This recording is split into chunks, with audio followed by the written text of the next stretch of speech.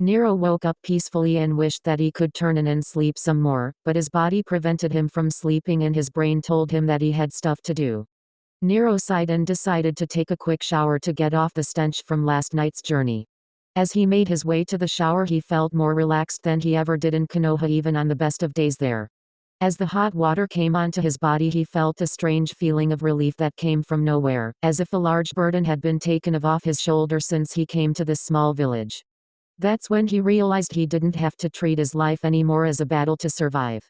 Every day was practically a battle to see if he had the right to survive, the right to live, but that wasn't the case anymore. He was free. Free from having to look over his shoulder and see people look like they were getting ready to attack him.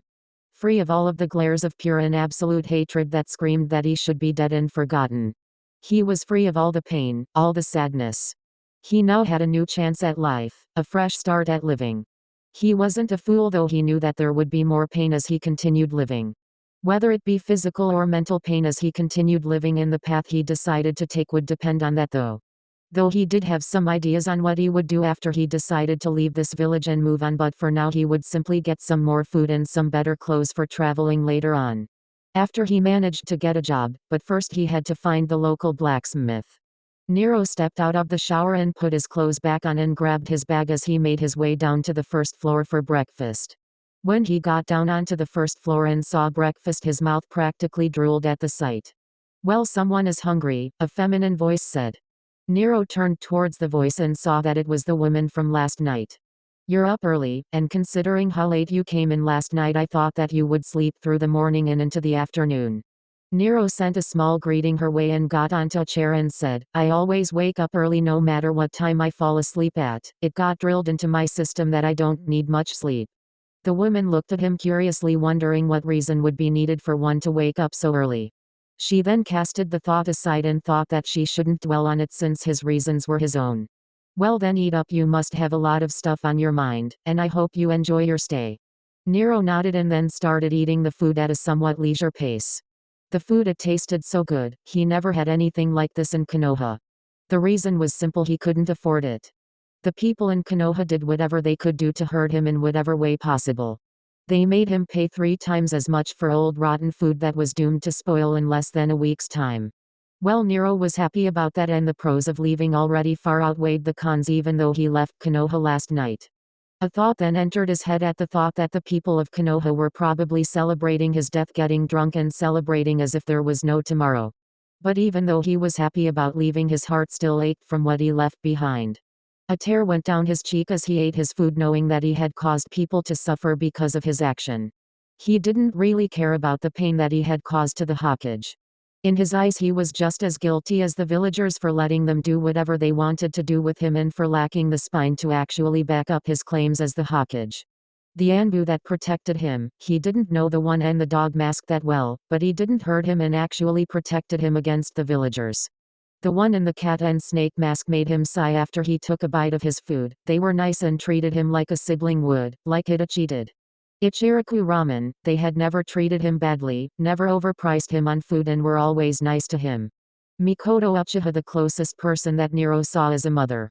She was always kind to him, treated him to ramen, and was always there for him when he needed help no matter how busy she was.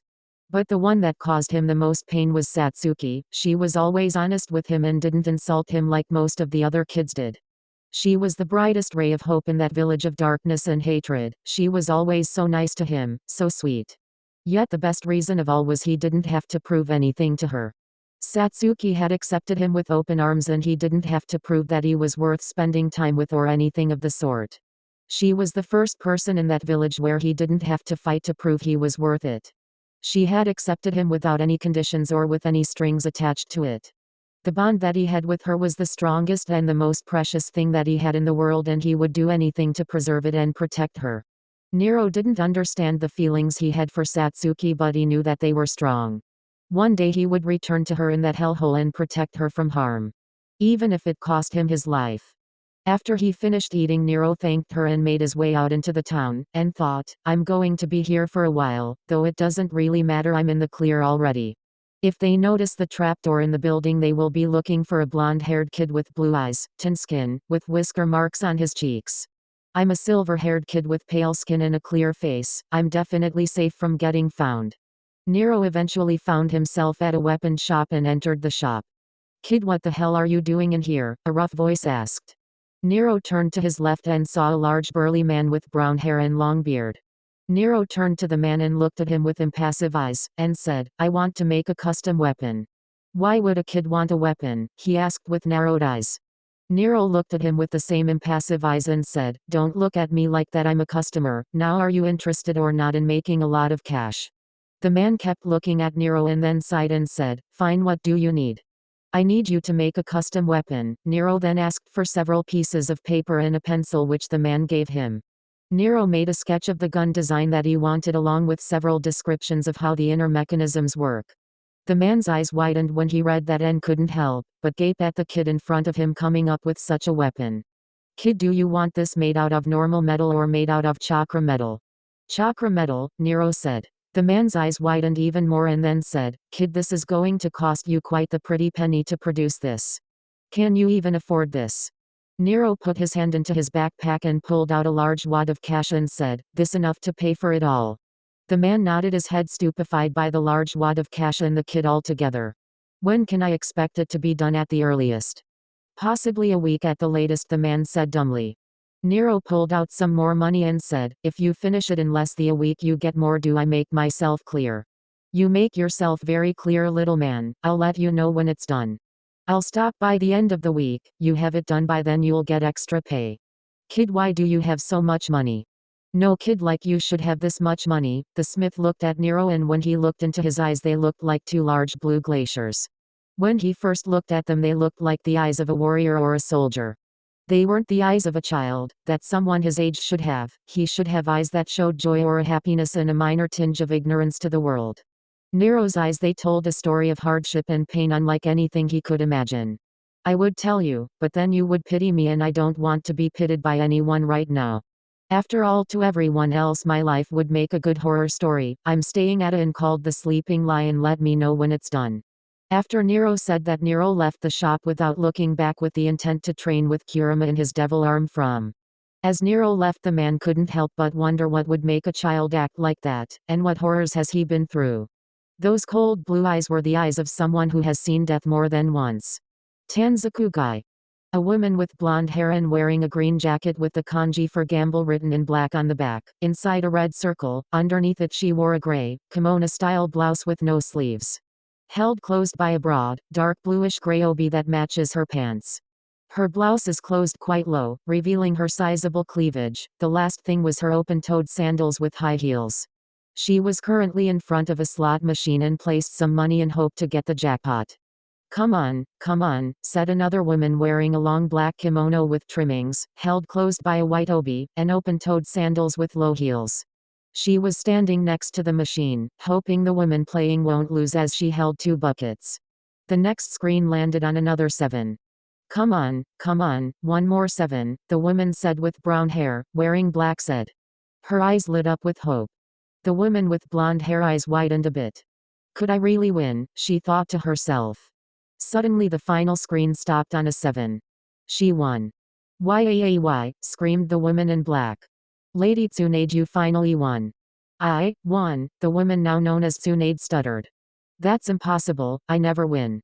Tsunade with wide eyes as she filled the buckets with the money that she had won from the machine. After she filled the bucket with her winnings she tried again for the jackpot on a different machine and won again, and again. Shizune was so happy her master Tsunade is on a roll. 2 buckets full of money were on the floor. No matter how many times Tsunade played the game she just kept on winning. But Tsunade thought with worry. Lady Tsunade, you're finally winning, Shizune spoke with happiness. Finally you might be able to pay off your debts. This can't be good, I never win, especially not this many times in a row, Tsunade thought as she won again and placed the money into her bucket. Something is definitely not right here, Shizune, we are leaving, Tsunade ordered. But why? Shizune asked. You're winning, and this place has some great hot springs we could use. Don't argue with me, damn it, Tsunade spoke with a tone that meant no arguments, making Shizune wince when she heard the tone of voice her master used. I simply can't win, it's not possible for me to get this lucky. Tsunade picked up the 2 buckets full of her winnings and walked towards the door, mentioning for Shizune to follow. When the 2 ladies reached the front door of the casino, they saw 2 men in front of the doors. Tsunade and Kushina recognized both of them. They were Itachi and Kakashi, wearing the standard shinobi outfit. When the 2 saw them, Kakashi pointed at them and walked over at them with Itachi following him. Tsunade, Shizune, it has been while, hasn't it? Itachi said emotionlessly as he looked at them. Tsunade glared at the 2 and said, what the hell do you 2 want?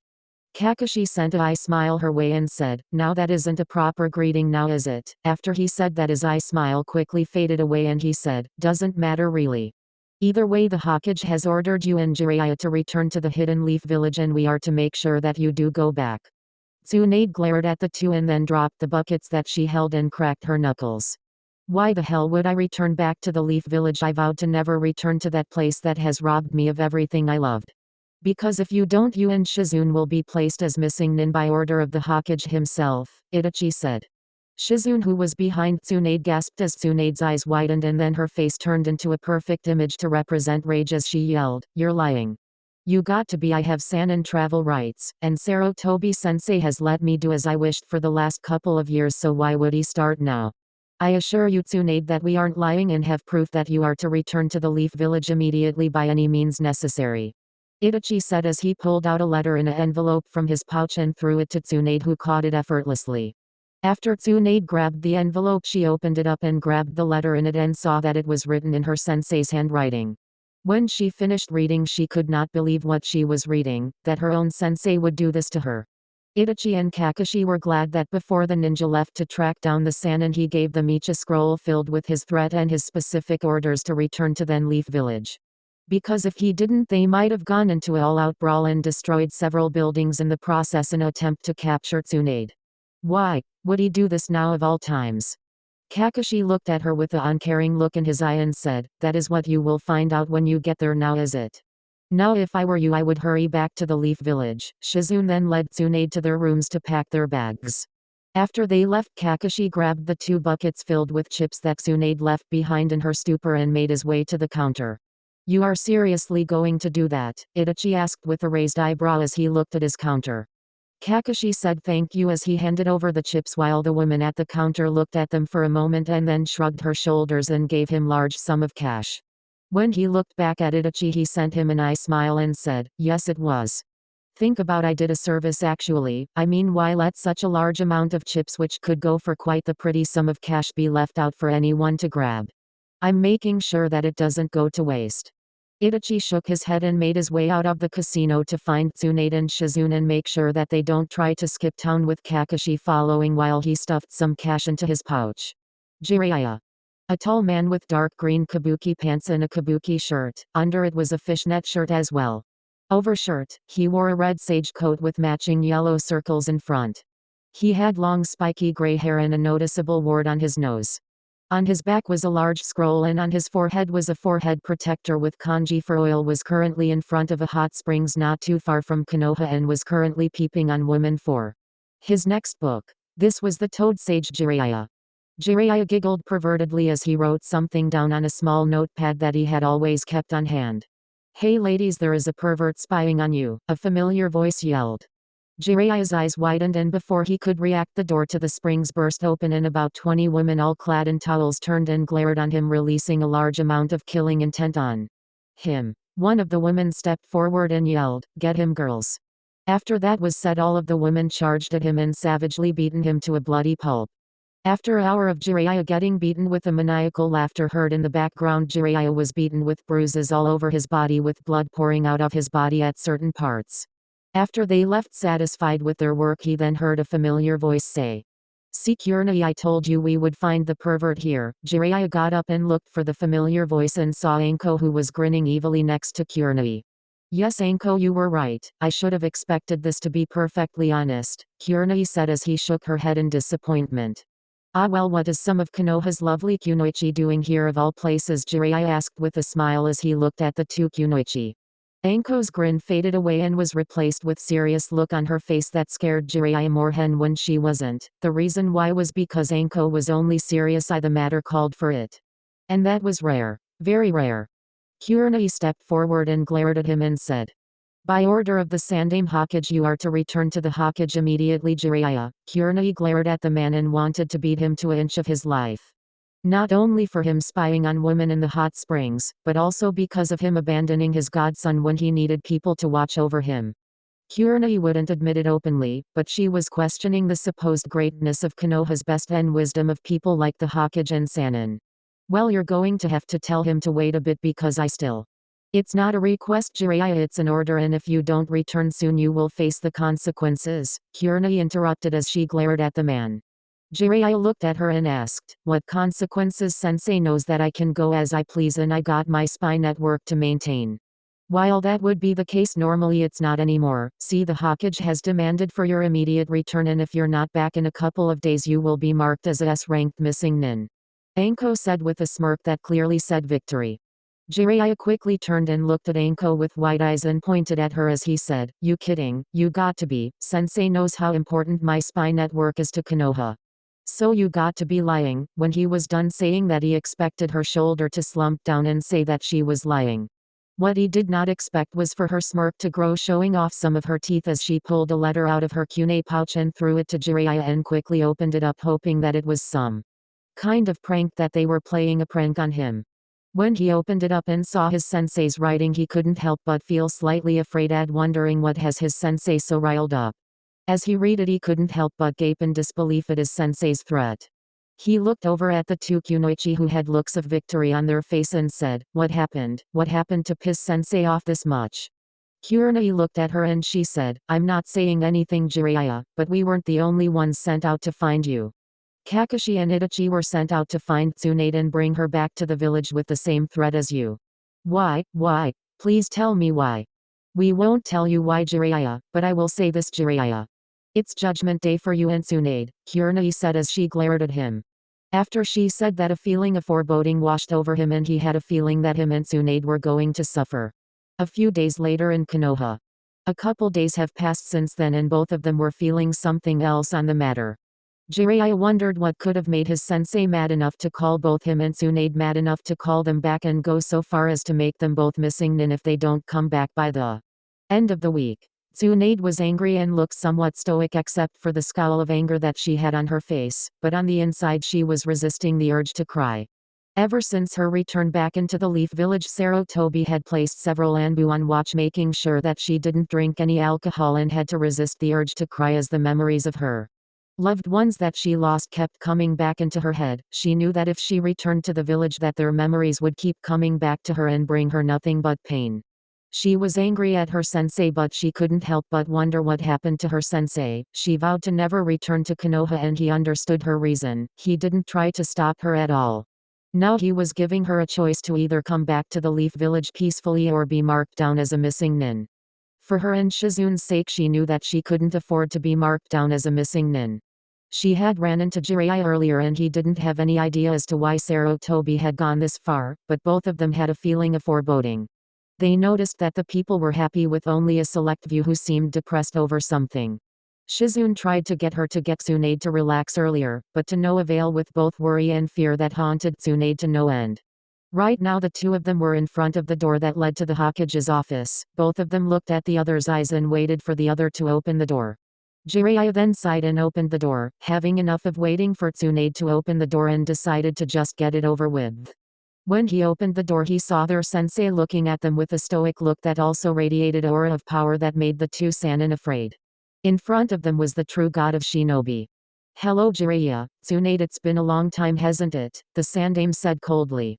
Both of Sannin looked at him as if he had grown a second head. Jiraiya was the first to get over the way his sensei was acting, said, "Sensei, it's good to see you again, and I'm sure that Tsunade." Before he could finish what he was saying, Tsunade interrupted him by saying, "Cut the crap, Jiraiya, and let's get straight to the point, Sensei. What is this really about?"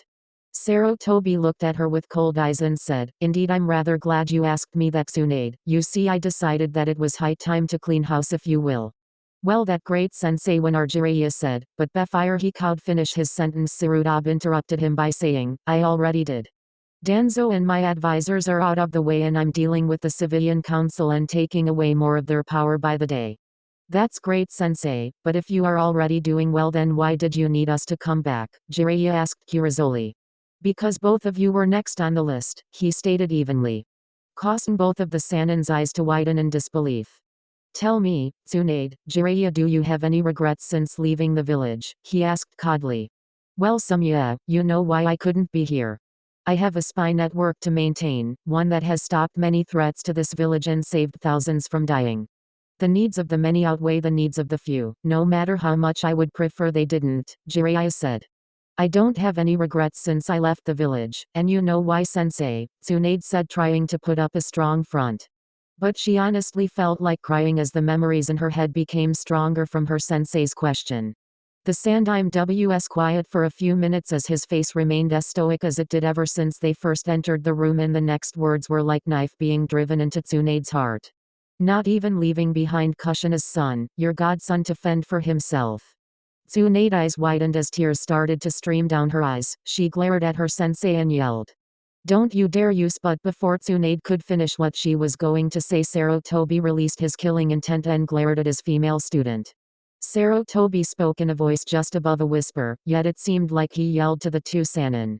I have every right to ask that of you, Tsunade, unlike you who should demand of me to not use her name like that. After he said that, Tsunade started realizing that he was right. She had abandoned her duty as Naruto's godmother. Tsunade then started sobbing as tears started to go down her cheeks. Now hold on, sensei, I know that we haven't, Jiraiya said, but was interrupted by his sensei, who glared at him and said, oh, that's an understatement, Jiraiya. You don't know a damn thing about him like I do, like I had encouraged you to be. Hell, even a letter is better than nothing. I have decided that you will pay the price. As of now, all of your accounts and assets have also been frozen, and you will be demoted in rank as well. At the moment, neither of you can leave the village. But sensei, how will we support ourselves then? Jiraiya asked as he looked at his sensei with wide eyes. By doing D-ranks that all genin do, since both of you will be that after you avoided all of your responsibilities, especially as Naruto's godparents, Sarutobi yelled back at him angrily. Jejejen, Jiraiya said, stupefied by the answer. I'm sorry, Tsunade sobbed, once in her life completely sober and had been for the last few days. With the haze gone from her mind, all of the pain she normally drunk away was flooding back into her, making it difficult to even bother going on. Then we'll make it up to the kid starting now, I swear it, sensei, Jiraiya said, in an attempt to calm his sensei. Only for it to backfire on him. Killing intent started to leak into the room, causing the two Sannin to stop what they were doing and look at him fearfully. Sarutobi turned around and looked at both of his students, and he said coldly to them, sorry doesn't bring back the dead, Tsunade. It's not my forgiveness that you should be asking for, it's Naruto's, and sorry doesn't bring someone back from the dead. Both of the Sannin's eyes widened in disbelief, and Jiraiya said, dead. Yes, Jiraiya Naruto died a couple of days ago, when his apartment was set on fire a few days ago. I am going to tell the village tomorrow about who they have been abusing all of these years, and the funeral will be held on the end of the week. Tsunade's tears started to come out faster as her tears started to go down faster as she said, it can't be. A frown formed on her sensei's face as he said, I'm afraid so. I have already cried for him several times, but I won't let him be remembered as the demon that was killed. You can grieve, but I expect to see both of you at the funeral, even if I have to order Anbu to drag both of you there. After he said that, Anbu entered the room and led them to where they would be staying. Tsunade. Tsunade was currently in an apartment that was similar to the one that Naruto had, minus the rats and the roaches. She looked at the room and saw that the plumbing seemed to just be barely working, and the paint on the walls was chipped and cracking as well. When she first saw the room, she thought, did Naruto have to live like this? When she asked one of the Anbu that escorted her to the apartment, she was surprised when one of the Anbu told her that Naruto lived in something even worse than this. Shizune was given a good apartment with plenty of food with a weekly income, and was told by Sarutobi that she couldn't have Tsunade stay there with her until he decided that he could and would have her meet Inoichi to help Tsunade get over her the past. As Tsunade sat there, the memories of all those that she lost kept coming into her head. So far she had lost her fiancé and brother on a fool's quest of becoming Hokage. If that wasn't enough, she was stupid enough to go drink and gamble so much of her family's fortune, disgracing her heritage and making her clan's name a joke among the elemental nations. To the point that people even began calling her the legendary sucker, making casinos begin to rub their hands in glee when they learned she was coming. Tsunade missed out on raising a child that she could have considered her grandson. But because she was so lost in her drunken state that she refused to take responsibility for the young boy that she promised Kushina that she would take care of if anything ever happened to the redhead in Minato. If only she kept her promise, then maybe some of her own pain could have been healed and the pain that Naruto went through could have been prevented. If only she was there for Naruto, then he wouldn't have been cheated out of being a shinobi and living a true happy life. He would have had his clan's name backing him, as would have been his birthright. If only Tsunade kept her promise to Kushina, then Naruto would never have had to experience so much pain before he died. He would have had a real chance at living and not a fake one. I deserve this, Tsunade said miserably as she brought her hands to her face and began to cry. Jiraiya. Jiraiya sat in a similar apartment to Tsunade's with a rare expression of seriousness as he thought about what he had done. True, he couldn't watch Naruto constantly due to his spy network, but that didn't mean that he couldn't visit every once in a while just to say hi and have a chat with him for a bit. He knew that Naruto's life was going to be bad. He had told Minato that from the start before he sealed the Kyuubi into Naruto and had begged his student to let him do it. But his stupid apprentice just wouldn't listen, and thought Naruto would be the symbol of hope for everyone of a brighter tomorrow. All it did was make his godson into a symbol of their hatred and a reminder of a dark day, a horrible when so many people had died. It was during his time away from his sensei after the confrontation with him and Tsunade over what they did to Naruto did Jiraiya realize how much of a failure he had become. How much he should have done for Naruto, but didn't do it, and now couldn't because the boy was dead. He had failed them. He had failed the people that were closest to him and those that were the closest thing that he would ever had to a family. Minato the son he never had, Kushina the daughter he never had, and Naruto the grandson that he had failed. He had failed all three of them in less than a day as he thought, I'm sorry I failed all of you. Jiraiya was brought out of his musings when he heard two poofs and saw smoke appear in front of him. When the smoke cleared, he saw two toads wearing cloaks in front of him. One had green skin and white hair, and was wearing a lighter colored cloak, while the other one had whitish skin with purple and was wearing a black cloak. They were the Fukasaku and Shima, the two sage toads of Mount Myaboku. Jiraiya blinked a few times to see if his eyes were deceiving him and then said, Pa, what are you doing here? Jiraiya asked. Shima looked at Jiraiya and said quickly, Jiraiya, it's good to see you, but we came to tell that something has happened. Jiraiya's eyes widened and he asked quickly, what happened, Ma, that got you two so riled up? Fukasaku then stepped forward and said, Jiraiya boy, it's about the great prophecy, it's changed. Jiraiya gasped in surprise as Fukasaku then told him of what the great prophecy now said. After they told him of what the prophecy now said, they then left Jiraiya alone to collect his thoughts as they kept running back to what they said to him. He then jumped up and ran as fast as he could to the Hokage Tower to let him know of the prophecy. A few days later. A few days had passed since Jiraiya had been. Right now a bunch of people were gathered in front of a memorial wearing black. Surprisingly, there were a lot of civilians there, though they weren't cheering like they originally did when they heard that he had died.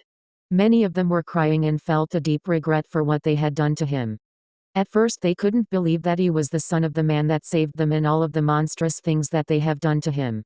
Many people had committed suicide when the Hokage had told them about who Naruto's parents were.